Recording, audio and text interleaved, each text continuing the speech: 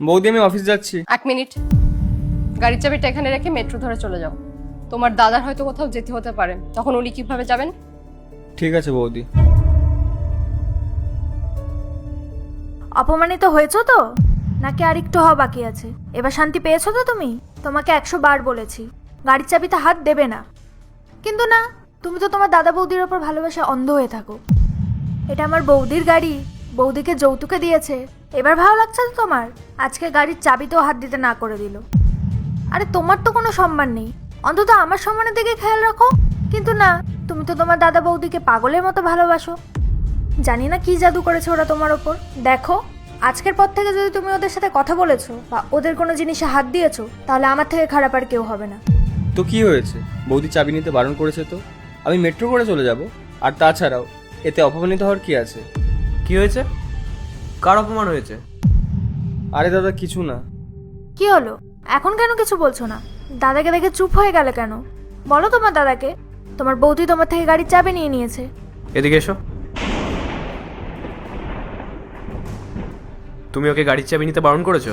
আমি ভেবেছিলাম আজকে যদি তোমাকে কোথাও যেতে হয়। তুমি কেন ভাবছিলে? তুমি কেন ভাবছিলে যদি ওকে বারণ করা হয় তাহলে তো আমি বারণ করব? তুমি কেন বারণ করলে? ও যদি চাবি নিয়ে যাচ্ছিল তাহলে ওকে যেতে দিতে। একটা কথা শোনো, ওকে আমি আমার ভাই বলে মনে করি না, ওকে আমি আমার নিজের ছেলের মতন করে দেখি। আমার মনকে জিজ্ঞাসা করো যে আমি ওদেরকে কত কষ্ট করে বড় করে তুলেছি। আমি রাস্তায় কাজ করতাম, কাজ করতে করতে আমার হাতে ছাল উঠে যেত। আমার ভাই বোনেদের দিকেও যদি কেউ চোখ তুলে তাকাতো না, তাহলেও আমি তাদেরকে ছেড়ে কথা বলতাম না। আর তুমি ওকে চাবি নিতে বারণ করে দিয়েছো। কেন বারণ করেছো? কেন বারণ করেছো তুমি?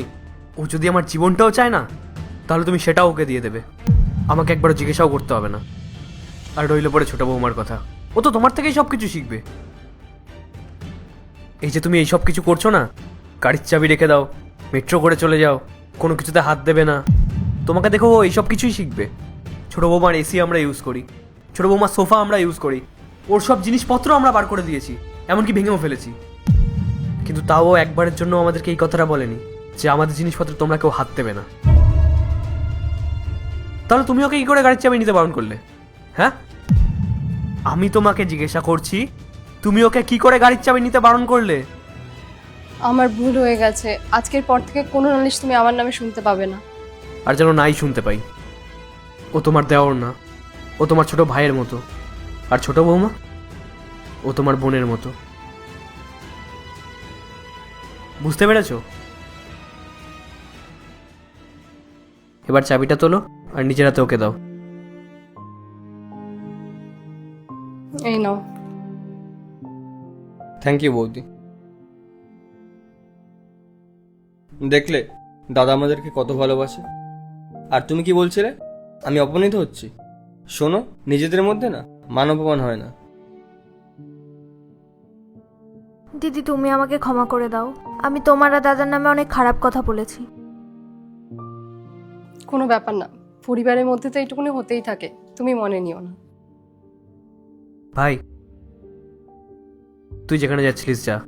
আর সবাই শোনো, আজকের পর থেকে এই বাড়িতে যারা যারা আছে আর এই বাড়িতে যা যা জিনিসপত্র আছে সব কিছু সবার, কোনো পার্টিকুলার কোনো একজনের না। এবং আজকের পর থেকে কারোর মনে যেন এইটা না আসে যে এইটা আমার ওইটা ওর। বোঝা গেছে?